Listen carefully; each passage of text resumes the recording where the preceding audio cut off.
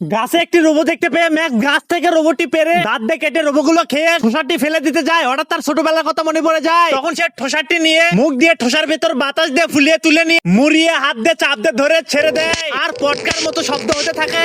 একটি গর্ত দেখতে পেয়ে মাছের উদ্দেশ্যে ছেলেটি গর্তের ভেতর হাত দেয় এবং সেখান থেকে একটি ডিম বের হয়ে আসে।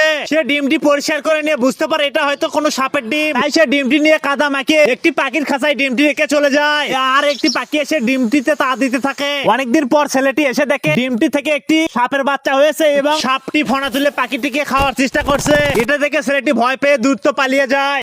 গাছে একটি জুতো দেখে পেয়ে ছেলেটি গাছ থেকে জুতোটি পেরে নিয়ে মাটিতে রেখে জুতোটি পায়ে দিতে গিয়ে দেখে যে তার পায়ে জুতাটা হয় না। তখন সে জুতাটা নিয়ে একটি জায়গায় গর্ত করে জুতাটি সেখানে গেড়ে দিয়ে চলে যায়। আর কয়েকদিন পরে এসে দেখে সেখানে একটি অনেক বড় একটি জুতার কাজ হয়েছে এবং অনেক জুতা ধরে আছে।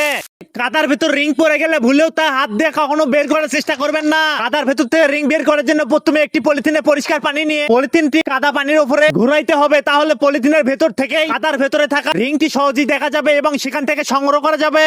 ঘাসের পাতাতে রকেট তৈরি করে উড়াতে গিয়ে হাতের আঙ্গুল কেটে পড়ে যেতে পারে। এর জন্য ম্যাক্স একটি ভেন্ডির গাছ খুঁজে নিয়ে ভেন্ডির গাছ ভেঙে ক্যানের ঢাকনা দিয়ে সমান করে নিতে হবে। এবার মাছ বরাবর ভেঙে নিয়ে ঘাসের পাতার দুই অংশগুলো সরিয়ে নিয়ে ছড়ানো অংশগুলো চিমটার ভেতর ঢুকিয়ে দিয়ে লেজের মতো অংশগুলো টান দিতে হবে। তাহলে রকেটটি আকাশে উড়ে চলে যাবে।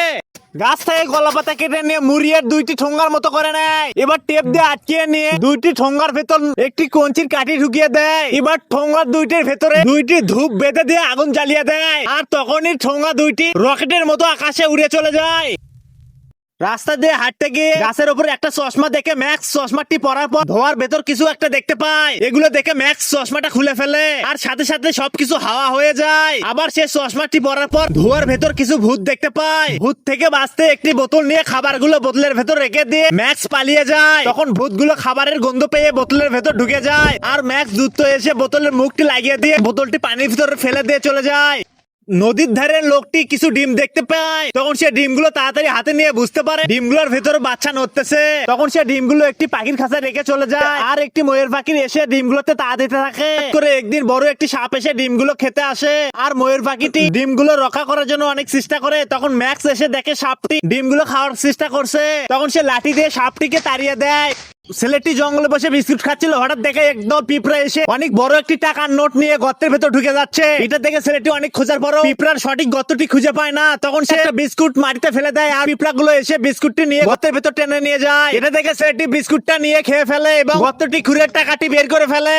ধান ক্ষেত থেকে কিছু কাদা নিয়ে দুই হাতের তালুতে কাদাগুলো চাপ দেয় একটি বলের মতো করে একটি জায়গায় শুকোতে দিয়ে চলে যায়। আর পরের দিন এসে দেখে কাদার বলটি শুকিয়ে গেছে। তখন সে বলটি তুলে নিয়ে কাদার অংশগুলো ভাঙতে থাকে আর ভেতর থেকে একটি সোনার মূল্যবান কয়েন বের হয়ে আসে। তখন সে কাদার ভেতর থেকে মূল্যবান কয়েনটি বের করে নেয়।